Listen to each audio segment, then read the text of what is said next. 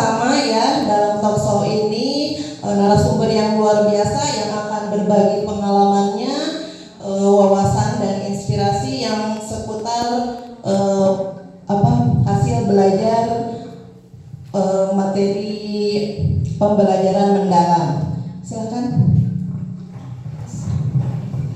Assalamualaikum warahmatullahi wabarakatuh. Waalaikumsalam. Oke. Refleksi dan inovasi guna optimalisasi hasil belajar. Izinkan saya di sini sebagai moderator untuk narasumber kita. Profil narasumber kita, beliau bernama Siti Nurbayanti AS. Beliau lahir di Sukabumi tanggal 17 Januari tahun 1993 dengan jabatan sekarang ya. Oke, untuk pendidikannya pertama itu beliau di SMP Negeri 1 Kalapanunggal. Iya. Ya, SMK Nurul Bayan. Oh ya, SD, mohon maaf. Oh iya, SD dulu, SD Negeri Cirangkong. Betul ya, Bu ya? SMP Negeri 1 Kalapanunggal, SMK Nurul Bayan, lalu STAI Sukabumi, lalu dilanjutkan di Universitas Terbuka Bogor. Ya, betul ya. Nah, untuk alamat rumah beliau di Perumahan Bumi, akan pemaparan materi dari narasumber kita. Kepada beliau kami persilakan. Baik, Assalamualaikum warahmatullahi wabarakatuh. Waalaikumsalam warahmatullahi wabarakatuh. Apa kabar Bapak Ibu semuanya? Alhamdulillah. Alhamdulillah Luar biasa.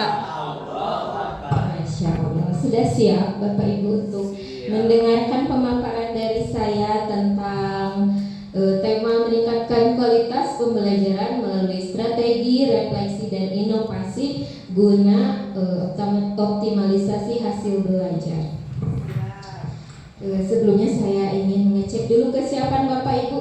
Silakan Bapak Ibu menjawab pertanyaan dari saya. Siap? Siap. Warna tisu? Putih. Bagus. Warna kertas? Putih. Putih. Warna awan? Putih. Sapi minum? Susu. Apakah iya? Minum air ya Bapak Ibu. Siap? Konsentrasi ya, kita ke materi.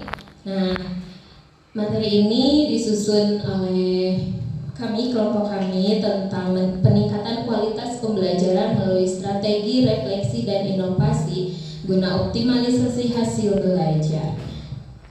Selanjutnya kita ada ke strategi pembelajaran mendalam.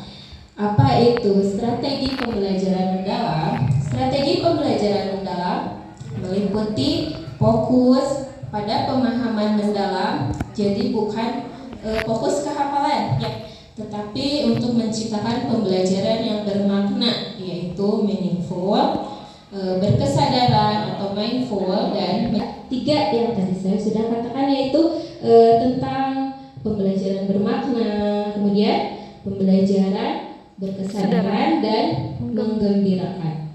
Nah, untuk meaningful learning, mungkin Bapak Ibu di sekolah pasti sudah ya melaksanakannya. Nah, tentang meaningful learning, pembelajaran bermakna, yaitu mengaitkan konsep dengan pengalaman dalam kehidupan sehari-hari, sehingga akan mendorong murid untuk menerapkan pengetahuan dalam situasi nyata. Jadi siswa diajak untuk lebih belajarnya lebih bermakna, dikaitkan dengan konteks nyata kehidupan sehari-hari. Kemudian ada mindful learning tentang pembelajaran berkesadaran, yaitu menciptakan suasana belajar yang berkesadaran dengan mendorong murid untuk hadir sepenuhnya selama proses pembelajaran. Jadi si murid diajak untuk lebih berkesadaran dalam proses pembelajarannya gitu. Nah, untuk joyful learning ini pasti anak-anak lebih menyenangkan, dan ketika anak-anak belajar dalam suasana yang nyaman dan menggembirakan, ternyata si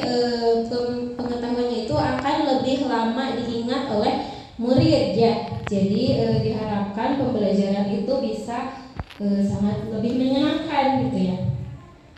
Jauh lebih mampu untuk memanfaatkan teknologi yang ada sehingga pembelajaran bisa lebih menyenangkan dan siswa bisa si tujuan pembelajarannya dapat tercapai dengan menggunakan teknologi ini. Nah, untuk praktik selanjutnya pendekatan multidisipliner menghubungkan materi pelajaran dengan mata pelajaran lain secara relevan dan kontekstual. Untuk penerapan yang terakhir, pengembangan keterampilan berpikir tingkat tinggi, fokus pada kemampuan siswa untuk memecahkan masalah, berpikir kritis dan berkreasi, melibatkan siswa dalam pengalaman belajar real untuk mengasah kemampuan tersebut. Untuk selanjutnya ada refleksi yang barusan saya sampaikan tentang apa Bapak Ibu? Tentang strategi ya. Yang selanjutnya saya akan menyampaikan tentang refleksi, di mana refleksi adalah kegiatan berpikir kembali tentang apa yang sudah dipelajari untuk memahami maknanya. Nah, dengan refleksi ini siswa bisa tahu apa yang sudah dipahami, apa yang belum dipahami, serta bagaimana untuk cara memperbaikinya. Nah, untuk refleksi ini sendiri mampu membantu siswa belajar lebih mendalam dan menghubungkan pelajaran dengan kehidupan yang lebih nyata. Nah, tujuan dari refleksi sendiri menyadari kekuatan dan kelemahan dalam proses pembelajaran. Jadi apa saja yang sudah tercapai, apa yang belum tercapai. Nah, ini dilaksanakannya pada refleksi ini. Jadi kita merefleksi bagaimana guru mengajarnya sudah itu ada refleksi guru dan refleksi siswa. Nah, untuk refleksi guru, guru menilai apakah sudah efektif nih strategi yang kita gunakan, kemudian media yang kita gunakan dan interaksi belajarnya apakah sudah tercapai atau belum. Nah, ini berhasil dan yang belum berhasil apa saja. Kemudian kita cari apa nih penyebabnya dan apa dampaknya jika kita misalnya memperbaiki metode yang sudah digunakan. Nah, apakah ada dampak atau perubahan untuk siswa? Nah, kita lakukannya di refleksi ini. Kemudian kita kembali menyusun rencana perbaikan.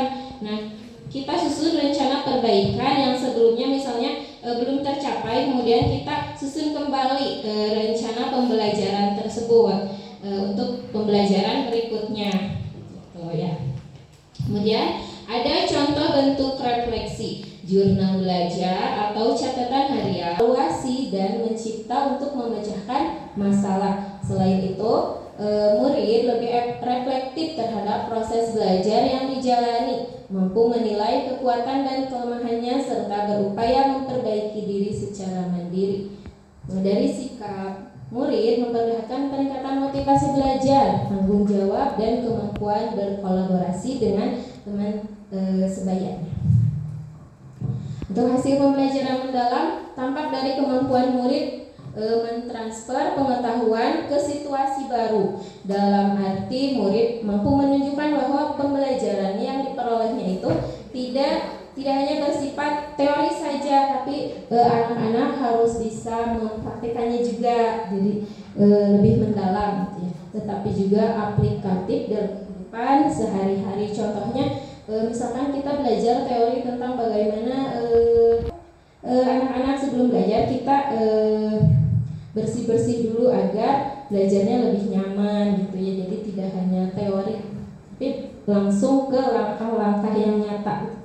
Terus misalnya ada lagi, misalnya murid yang belajar dengan teks prosedur di bahasa Indonesia dapat menerapkan langkah-langkah sistematis saat membuat resep, panduan atau instruksi kehidupan sehari-hari. Jadi anak diajak gitu misalnya untuk membuat resep, memasak sayur misalnya gitu. Jadi si anak diajak dulu gitu ya praktek masak, baru nanti dijabarkan apa saja resepnya gitu ya. Nah, untuk inovasi adalah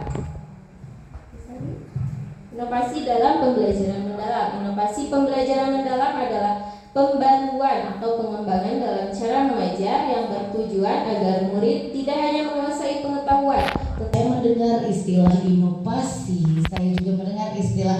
Jadi anak itu pembelajaran sekarang itu tidak hanya berdiam diri di kelas, betul Bu? Betul Ibu. Jadi anak-anak mereka lebih tertarik dengan konsep dunia nyata gitu ya. Iya, karena kan kalau zaman kita dulu itu rata-rata kita duduk dia mencatat seperti itu ya. Ketika saya waktu masih SD. Kalau sekarang, masya Allah ternyata luar biasa sekali. Oke, baik Bapak Ibu, saya persilahkan. Jika ada beberapa pertanyaan, mungkin kita cukup 5 pertanyaan saja ya Bapak Ibu. Ya, kita cukup 5 pertanyaan. Mangga, ada yang bertanya? Mangga Bapak. Mohon disebutkan namanya Bapak. Assalamualaikum warahmatullahi wabarakatuh. Ya. Menggunakan aplikasi Kahoot ya Pak, terus Canva, kemudian Quizzes, kemudian atau ini Pak, misalnya Bapak itu akan presentasi nih, anak-anak mau presentasi setelah dibagi tugas, kan mereka biasanya gak mau kamu dulu, kelompok kamu dulu, kan gitu ya biasanya. Nah Bapak bisa menggunakan spin gitu Pak, jadi anak-anak selain lebih tertarik, pembelajaran itu bisa berhasil tersampaikan kepada siswa dengan cara-cara yang menyenangkan. Hasil belajar juga yang diharapkan bisa diterima oleh siswa itu berupa pengetahuan, keterampilan, bisa diberikan contoh-contoh seperti itu. Nah kemudian ketika anak-anak sudah merasa nyaman, barulah kita bisa mempraktekkan pembelajaran mendalam itu. Mungkin untuk jawaban jika lebih kurang ini dengan penjelasan saya bisa ditambahkan. Izin Ibu moderator sama Ibu narasumber untuk menambahkan jawaban mungkin yang bisa dijadikan inspirasi untuk Ibu semua di kelas. Ini pembelajaran yang menyajikan suasana kelas yang menyenangkan gitu ya. Bisa dengan cara memberikan berbagai macam kegiatan atau variasi kegiatan di dalam kegiatan pembelajaran. Bisa dengan ice breaking dulu, misalnya bisa dengan permainan dan lain sebagainya. Sehingga pembelajaran juga nanti tidak membosankan, apalagi jika sekolahnya menerapkan sistem full day gitu ya, dari pagi sampai sore belajar. Itu kan nanti anak-anak khawatir jenuh, jadi variasi kegiatan. Kemudian juga nanti anak-anak juga bisa diajak untuk tidak hanya belajar di dalam kelas, tapi juga belajar senang ya, seperti itu mungkin ya Bu ya. Oke. Untuk selanjutnya, kesimpulan dari pemaparan Ibu tadi adalah pembelajaran yang berkualitas tidak hanya berfokus pada penyampaian materi, tetapi pada pembentukan pemahaman yang mendalam dan bermakna bagi murid. Melalui penerapan strategi pembelajaran mendalam, siswa diajak untuk berpikir kritis, kreatif, reflektif, serta mampu mengaitkan pengetahuan dengan situasi nyata di kehidupan mereka. Proses ini menjadi semakin efektif ketika guru melakukan refleksi secara berkelanjutan terhadap praktik pembelajaran. Refleksi membantu guru mengenali kekuatan dan area yang perlu ditingkatkan sehingga terciptanya pembelajaran yang lebih relevan, adaptif pada murid. Selain itu, inovasi dalam metode, media, dan asesmen menjadi kunci untuk meningkatkan motivasi serta keterlibatan siswa.